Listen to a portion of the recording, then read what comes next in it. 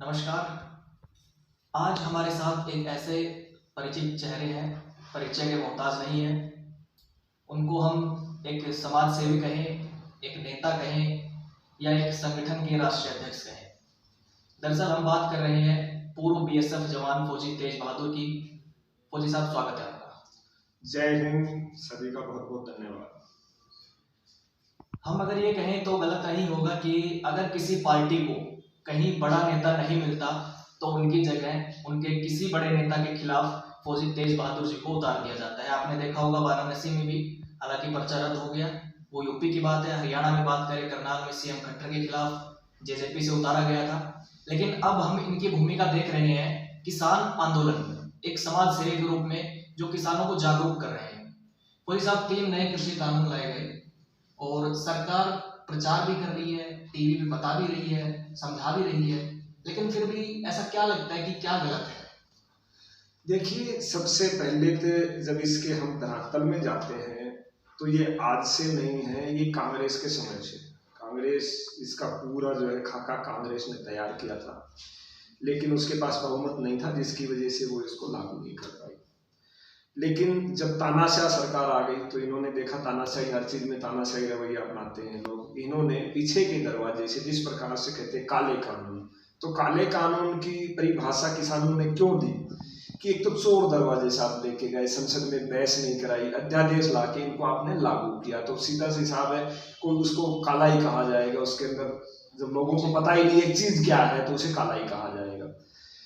इसके अंदर सबसे बड़ी जो खामियां है, मेन चीज कि आम भाषा में अगर दी कहें तो भंडारण का जो सिस्टम है उसका कुछ नियम है निर्धारित थे हमारे देश के अंदर, फिर भी उसके बावजूद भी कालाबाजारी होती थी। अब इसके अंदर तो भंडारण को खुली छूट दे दी, आप कितना भी भंडार कीजिए, किसान तो कर नहीं सकता, छोटा व्यापारी भी नहीं कर सकता।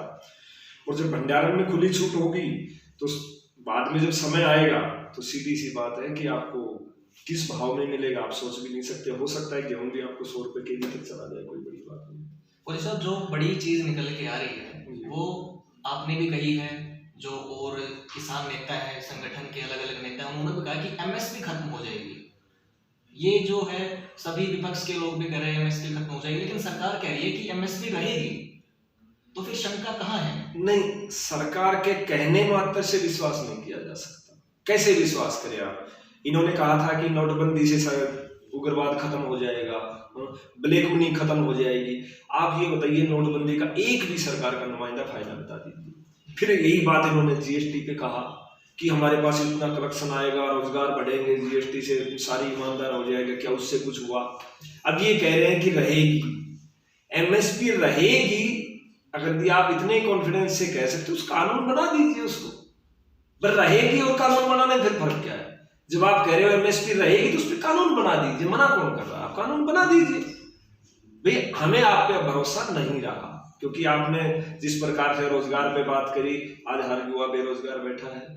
चलो 15 लाख तो खुद कह दिया जुमला, उसको हम चर्चा ही नहीं करेंगे, लेकिन आप पे भरोसा करें तो कैसे करें?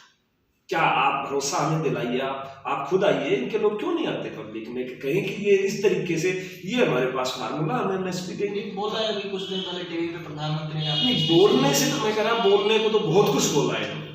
2 करोड़ रोजगार की बोला, 4 करोड़ रोजगार छीन लिए। 15 लाख की बोला था, उसके बदले में अन्य तरीकों से नए नए नियम कानून बना के हमारी जेब खाली कर दी इन्होंने, सारा सब कुछ। नोटबंदी बोला, उस पर कुछ नहीं हुआ, सिर्फ 50 दिन मुझे दीजिए। आज तक वो रस्सा नहीं मिला कि हम उसको फांसी लटका दे, कहते मुझे चौराहे पे फांसी लटका दीजिए, वो रस्सा नहीं मिला है। तो कैसे विश्वास करें? आप कानून बढ़ा दीजिए, काम खत्म। ये कानून 110 से ज्यादा दिन हो गए प्रदर्शन करते हुए, शांतिपूर्वक कहेंगे हम, तो क्या लगता है सरकार पर असर होगा, नहीं होगा? कैसे देख रहे हैं आप? देखिए, ये गाजीपुर बॉर्डर, ये आंदोलन नहीं रहा। अब ये प्रारूप जो ले चुका, ये जन क्रांति की तरफ धीरे धीरे जा रहा है। हकीकत है ये। अब जो सिस्टम है, हालांकि देखने को वहां अब संख्या कम है, लेकिन पहले की बदौलत, पहले मात्र देश के 4 से 5% लोग हमारे साथ थे। आज देश का 70 से 80% लोग हमारे साथ हैं, चाहे वो घर बैठे हैं, लेकिन वो साथ है। तो ये एक जन क्रांति का रूप लेते जा रही है। और कहीं ऐसा ना हो कि जो भगत सिंह ने जो शुरू की थी हालांकि वो लागू नहीं हुआ। अमूलचूल में बदलाव, अब लोग चाह रहे हैं कि लगे हाथ जो है अब सब चीजों में ही बदलाव हो, जिसका परिणाम आप देख रहे हो। इससे पहले कभी भी बैंक कर्मचारी, पहले बैंक कुछ निजीकरण चले गए थे, अब 3 दिन से बैंक का टोटल कर्मचारी बैठा हुआ है। अब थोड़े दिन के बाद में सरकारी कर्मचारी अपनी पेंशन की मांग लेके बैठेगा, वो भी शुरुआत कर रहा है। किसान बैठा हुआ, तो कौन सा वर्ग बच गया फिर? तो ये जनक्रांति का रूप ले चुका और सरकार बहुत बड़ी गलती कर रही है। बहुत बड़ा आंदोलन होगा और देश के अंदर एक बदलाव की जो लहर है, जिस प्रकार कांग्रेस में बदलाव की एक लहर आई थी, बीजेपी आई थी, तो अब कांग्रेस और बीजेपी दोनों पार्टी आने वाले समय में खत्म होने वाली। तो आपको उम्मीद है कि कानून वापस होंगे? कानून भी वापस होंगे, एमएसपी की गारंटी भी होगी, और जितने ये निजीकरण है ये भी खत्म होगा। आप देखते जाइए, समय जरूर लगेगा। चलिए, तो ये फौजी तेज बहादुर जी थे जिन्होंने हमारे साथ खास बातचीत की है। इनको आप नेता कह लीजिए या समाज सेवी कह लीजिए, वो आपके ऊपर है। सामाजिक कार्य काफी करते रहते हैं। तो अगले एपिसोड में किसी और नेता के साथ, तब तक के लिए धन्यवाद।